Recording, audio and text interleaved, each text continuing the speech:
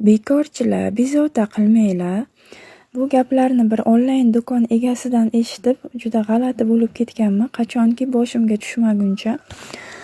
Biz onlayn do'konmiz, lekin bu degani 4-5 soatlab gaplashadi degani emas. Biz har bitta klient bilan ishlaymiz. Ular nima xohlayaptilar, ularga qanaqasi kerak, har xil variantlar tashlab beramiz. Ko'ngillariga yoqadigan deyman topmaguncha gaplashamiz. Oxiriga kelganida men sizga zakaz qiladigan vaqtim yozib yuboraman deyishadi. Agar faqat narx bilmoqchi bo'lsangiz, men bunga qarshi emasman. Bemalol direktga yozib bilsangiz bo'ladi, lekin biz bilan 3-4 soatlab gaplashib, uni tashlab bering, buni tashlab bering, unaqasi kerak, bunaqasi kerak deb oxirida bunaqa javob olish va javob berish juda noto'g'ri deb o'ylayman. Agar siz rostdan ham buyurtma bermoqchi bo'lsangiz va tanlashga qiynalayotgan bo'lsangiz, biz sizga 3-4 soatlab vaqt sarflashga tayyormiz. Faqat bekorchilarga emas.